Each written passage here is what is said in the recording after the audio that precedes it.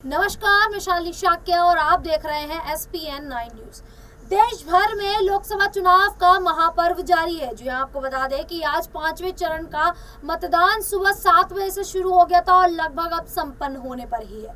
लेकिन अगर बात करें बिहार में, तो बिहार की 2 बेटियां अब मैदान में उतरी हुई हैं। वहीं बात करें अगर रोहिणी आचार्य की, तो आज सारण लोकसभा सीट पर मतदान था और ऐसे में लगातार ये कयास लगाए गए कि क्या रोहिणी आचार्य सारण से अपनी जीत हासिल कर पाएंगी, क्या इस बार राजीव प्रताप रूडी बाहर होते दिखाई देंगे। इस तरीके के तमाम सवाल खड़े होते दिखाई दे रहे हैं। लेकिन अगर वही बात करें पूरे लालू परिवार की, तो मीसा भारती कहीं ना कहीं चुनाव प्रचार में लगी हुई थी, अपनी बहन के लिए भी और खुद के लिए भी। वहीं तेज प्रताप यादव भी अब राजनीति में थोड़ा और ज्यादा सक्रिय होते दिखाई दिए हैं। और लालू प्रसाद यादव और तेजस्वी यादव की तो बात ही अलग है, क्योंकि वो लगातार शुरुआत से ही चुनावी रैलियां करते दिखाई दे रहे हैं, जनसभा करते दिखाई दे रहे हैं। इसी बीच वो मीडिया से बातचीत करते दिखाई दिए, जिसमें उन्होंने तमाम बयान दिए हैं। पहले आप इन बयानों को सुनिए। न देश की चिंता है, न समाज की, कांग्रेस की, बस परिवार की चिंता है। प्रधानमंत्री जी अपना कुछ भी कहते रहते हैं। 10 साल का हिसाब न गिना, प्रधानमंत्री ने कौन सी चिंता की है देश की जिसको उन्होंने सुधारा है। बेरोजगारी बढ़ा दी, गरीबी बढ़ा दी, महंगाई बढ़ा दी। बिहार को विशेष राज्य का दर्जा नहीं दिया, विशेष पैकेज नहीं दिया, बाढ़ के लिए एक बार भी समय नहीं दिया, मीटिंग नहीं की, जो बाढ़ हम लोगों की समस्या रहती है। एक सुई का कारखाना नहीं खोला प्रधानमंत्री ने। 40 में से 39 सांसद गए, 39 सांसदों ने क्या किया बिहार के लिए, जरा हिसाब तो उनको देना चाहिए। और काम की बात तो वो बोलते नहीं है, बेकार की बातें बोलते हैं। पढ़ाई, दवाई, कमाई, सिंचाई के बारे में नहीं बोलते, महंगाई, बेरोजगारी, गरीबी के बारे में नहीं बोलते। तो उनके बोलने से कोई फर्क अब जनता में नहीं पड़ रहा है। अब जनता उनको हटाना चाहती है। बिहार हाँ तो भाई आए ना, डोनाल्ड ट्रंप को कहने लेके आ रहे हैं, पुतिन को भी बुला लेते हैं। एगो नॉर्थ कोरिया वाले हैं ना, किम जोंग को भी बुला ले, और दोनों चारों मिलकर के तब भरपूर बिहार में प्रचार करें। अमित शाह ने कल अरे जीत रहे, आपको समझना पड़ेगा कि बीजेपी के लोग घबराए हुए हैं, उनका पतन शुरू हो गया। चलिए, अमित शाह ने कल कहा रैली में कि हम लोग 4 पेज में 270 सीट पार कर चुके हैं। हम लोग 300 कर सीट भी नहीं आई। किसी को कोई रोका है भविष्यवाणी करने से? बिहार में तो 200 पार कर रहे थे बिहार के चुनाव में। 15 में तो भविष्यवाणी बता दी थी, इतने बजे जो है बीजेपी का 15 में ओथ लेने जाएगा।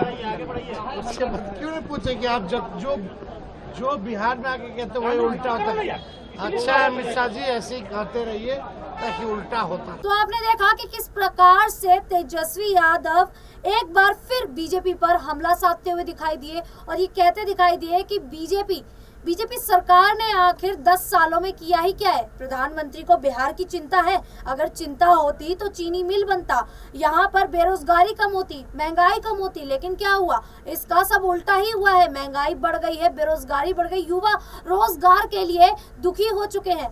ऐसे में ये सवाल खड़ा हो जाता है कि जिस प्रकार से लालू परिवार ये सवाल बीजेपी को लेकर खड़े कर रहे हैं, कहीं ना कहीं बीजेपी को घेरते नजर आ रहे हैं, तो वहीं तेजस्वी यादव ने कुछ बयान ऐसे भी दिए जो कहीं ना कहीं नीतीश कुमार के समर्थन में दिख रहे थे और ऐसा लग रहा था कि वो संकेत दे रहे हैं कि एक बार फिर से नीतीश कुमार आरजेडी का रुख करते दिखाई दे।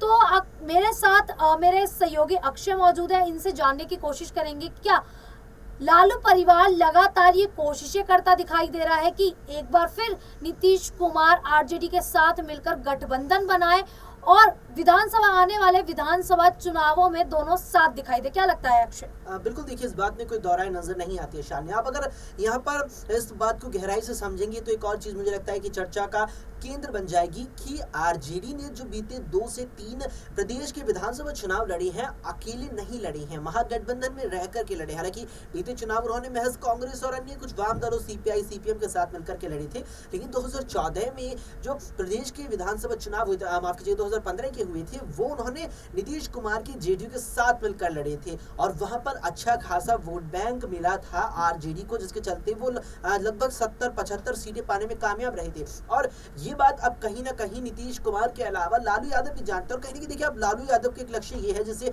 नकारा नहीं जा सकता कि तेजस्वी यादव बिहार के मुख्यमंत्री बने। तेजस्वी यादव 2 मरतबा बिहार के उप मुख्यमंत्री रहे हैं, लेकिन अब लालू चाहते हैं कि बेटा हमारा उप मुख्यमंत्री नहीं मुख्यमंत्री बने। और मुख्यमंत्री बनाने के लिए अभी वर्तमान में यहाँ पर उन्हें नीतीश कुमार की जरूरत है। नीतीश कुमार को देखेंगे तो लगातार ही महागठबंधन में जब नीतीश कुमार ने सरकार बिहार की बनाई है लालू के समर्थन से, तब भी लालू प्रसाद यादव ने बेटे अपने तेजस्वी को पीछे रखकर नीतीश को मुख्यमंत्री की कुर्सी सौंपी थी। आप गौर करेंगे यहाँ पर 2022 में जब नीतीश कुमार ने एनडीए छोड़कर इंडिया गठबंधन के महागठबंधन में वापसी की थी, उस वक्त नीतीश कुमार के जेडीयू के महज 45 विधायक थे, जबकि आरजेडी के यहाँ पर 75 से भी ज्यादा विधायक, यानी 30 से ज्यादा विधायक। बावजूद इसके आरजेडी ने नीतीश को मुख्यमंत्री स्वीकार किया। अब यहाँ पर यह दाव हो सकता है कि अगर नीतीश कुमार साथ आ जाते हैं, आरजेडी को सरकार बनाने में बहुमत पाने में कामयाब रह जाते हैं, तो लालू यादव शायद इस बार तेजस्वी यादव को मुख्यमंत्री पद के लिए आगे करे, नीतीश कुमार को सीएम पद पर स्वीकार न करे। तो तेजस्वी मुख्यमंत्री बने इसके लिए लालू निश्चित तौर पर नीतीश का साथ चाहते हैं, क्योंकि नीतीश कुमार अभी भी 30, 40 से 50 सीटें जीतने की तो यहाँ पर राजनीतिक जो कद है वो रखते ही है बिहार में। बिहार की अगर बात की जाए तो रोहिणी आचार्य के मत में सारण में आज मतदान हुए हैं। ऐसे में रोहिणी आचार्य ये कहती भी नजर आई कि इस बार जो जनता महंगाई और बेरोजगारी की मार झेल रही है, अब उसका अंत होने वाला है। मुझे विश्वास है कि जनता बीजेपी को बाहर निकाल फेंकेगी। इसी बीच मीसा भारती भी तमाम बयान देती नजर आई। मीडिया से बातचीत करते दौरान उन्होंने कहा कि बीजेपी इधर उधर की बातें कर रही है और कहीं ना कहीं ये कहा जाए कि वो मुद्दे की बात पर आ ही नहीं रहे। इतनी बार बिहार में आई, उन्होंने रैलियां की है बीजेपी ने, लेकिन एक बार भी उन्होंने मुद्दे की बात नहीं की है। और क्या कुछ कहती नजर आई है वो देखिए आप इस रिपोर्ट में। देखिए, इस बार देश में जो लहर कहा जाए वो इंडिया गठबंधन के पक्ष में चल रहा है और 5वें चरण का जितने भी इंडिया गठबंधन के प्रत्याशी चुनाव लड़ रहे हैं उन सबको मेरी शुभकामनाएं और जीत की अग्रिम बधाई मैं उन सबको देती हूँ। जिस तरह से 10 वर्षों से जो प्रधानमंत्री जी ने जितने भी वादे किए, एक भी वादा उन्होंने नहीं पूरा किया। और ये चुनाव देश का चुनाव था, ये चुनाव मुद्दों का चुनाव होना चाहिए था, लेकिन प्रधानमंत्री से लेकर के एनडीए गठबंधन के जितने भी नेता हैं इधर उधर की बात करके निकल जाते हैं।